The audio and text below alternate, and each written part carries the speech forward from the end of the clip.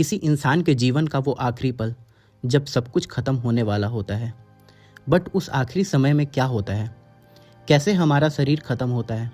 आपने near death experience के बारे में सुना होगा, तो वो क्या होता है आइए जानते हैं आज के इस वीडियो में, बिना किसी मिथ के, बिना किसी बिलीफ के, सिर्फ साइंस के नज़रिए से।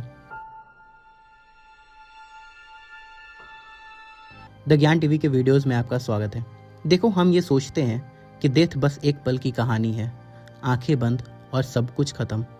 लेकिन बायोलॉजी में डेथ एक ग्रेजुअल कोलैप्स है। जब हार्ट रुकता है, ब्लड सर्कुलेशन बंद होता है। इस स्टेज को कहते हैं क्लिनिकल डेथ। पर इसका मतलब ये नहीं कि बॉडी के अंदर हर चीज़ एक साथ बंद हो गई।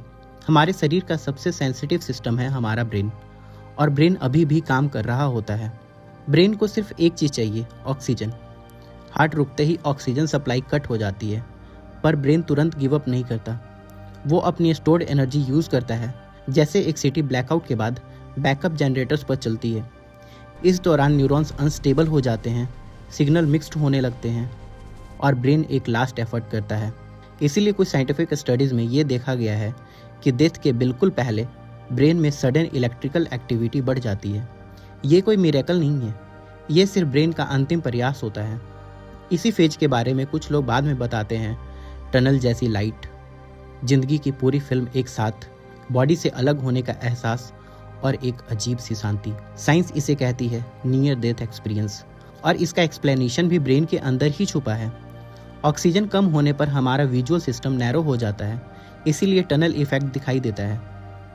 मेमोरी सेंटर्स ओवर एक्टिव हो जाते हैं, इसीलिए लाइफ फ्लैश दिखाई देती है। और स्ट्रेस रिस्पॉन्स में ब्रेन एंडोर्फिन रिलीज करता है, जो पेन को कम और काम फीलिंग को ज़्यादा करता है। मतलब जो एक्सपीरियंस लोग डेथ के बाद का बताते हैं, वो एक्चुअली डेथ के पहले का ब्रेन एक्सपीरियंस होता है।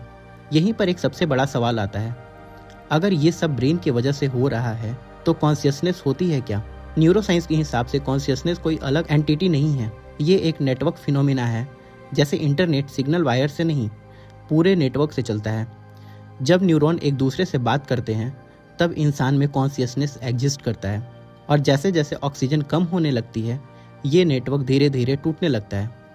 थॉट्स ब्लर होने लगते हैं, आइडेंटिटी वीक होने लगती है और अवेयरनेस खत्म होने लगता है। अगर इस बीच ऑक्सीजन आ जाए तो ब्रेन रिकवर कर सकता है, पर अगर 4 से 6 मिनट तक ऑक्सीजन नहीं मिली तो न्यूरॉन्स परमानेंटली डैमेज होने लगते हैं। ये स्टेज होती है ब्रेन डेथ। इसके बाद ना मेमोरी होती है, ना कोई एक्सपीरियंस और ना ही कोई कॉन्शियसनेस। मेडिकल साइंस के लिए ये फाइनल बाउंड्री है। अब यहीं पर साइंस रुक जाती है। साइंस ये नहीं बोलती कि डेथ के बाद कुछ होता है या नहीं होता। साइंस सिर्फ इतना बोलती है कि हम सिर्फ वही एक्सप्लेन कर सकते हैं जो मेजर हो सके। डेथ के बाद का एक्सपीरियंस अभी मेजर नहीं हो सकता, और साइंस में वी डोंट नो येट सबसे ऑनेस्ट आंसर होता है। शायद डेथ का सबसे बड़ा रिलेशन है कॉन्शियसनेस कोई मैजिक नहीं, बल्कि एक डेलिकेट बायोलॉजिकल प्रोसेस है। जब तक न्यूरॉन्स कनेक्टेड होते हैं, तब तक हम होते हैं। उसके बाद क्या होता है, इस क्वेश्चन का आंसर अभी नहीं पता। और शायद इसी अनसर्टेनिटी की वजह से लाइफ इतनी प्रीशियस लगती है। अपने और अपने चाहने वालों का खूब ख्याल रखें। मिलते हैं किसी और वीडियो में, किसी और टॉपिक के साथ।